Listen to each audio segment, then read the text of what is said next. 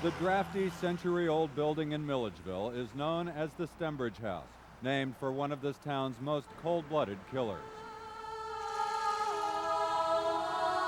And in the shadows of the old house, residents have reported seeing the ghost of the man who killed 3 people and then himself 46 years ago.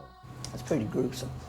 All we knew about him was that he loved money better than anything else and had a strange way of living. Known best as Georgia's antebellum state capital, Milledgeville is also a town with a dark, colorful history. It was the home of the state's first 2 penitentiaries, where hundreds were hanged or died of fever, buried in unmarked graves now overgrown out back. This is also where a dubiously accused murderer named Leo Frank was kidnapped by a mob and then taken off to be lynched. Across town, Central State Hospital was once called the Georgia Lunatic Asylum, where Georgians committed their troublesome relatives to an uneasy life under the not-so-tender care of early mental health practices that included straitjackets and lobotomies and electric shock treatment. At the center of town is the municipal cemetery, the well-groomed home of the graves of famous townsfolk like the writer Flannery O'Connor and the longtime U.S. Senator Carl Vinson.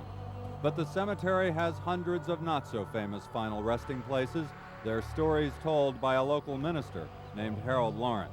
This is a grave of Thomas Jefferson Fish. His wife and daughter died at an early age and were buried here in a crypt.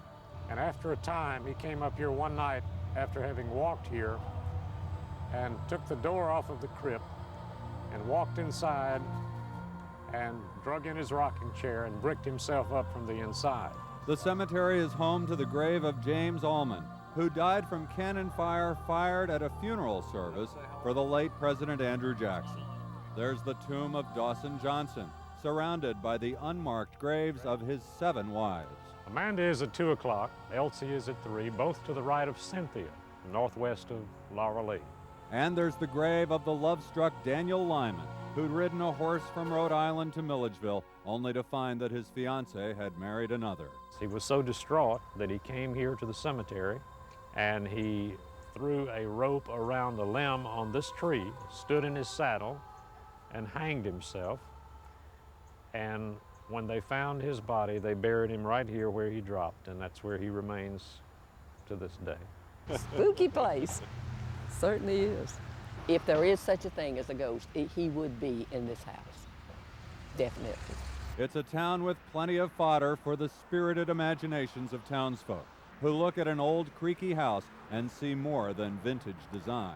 The governor's mansion. Is there a There's ghost supposed there? to be a ghost there. And I stayed in the mansion. And I tell you, now you talk about spooky. All part of the charm of a central Georgia town with a dark, rich history and more than a few stories to tell. Spooky. In Milledgeville, Doug Richards, Fox 5 News.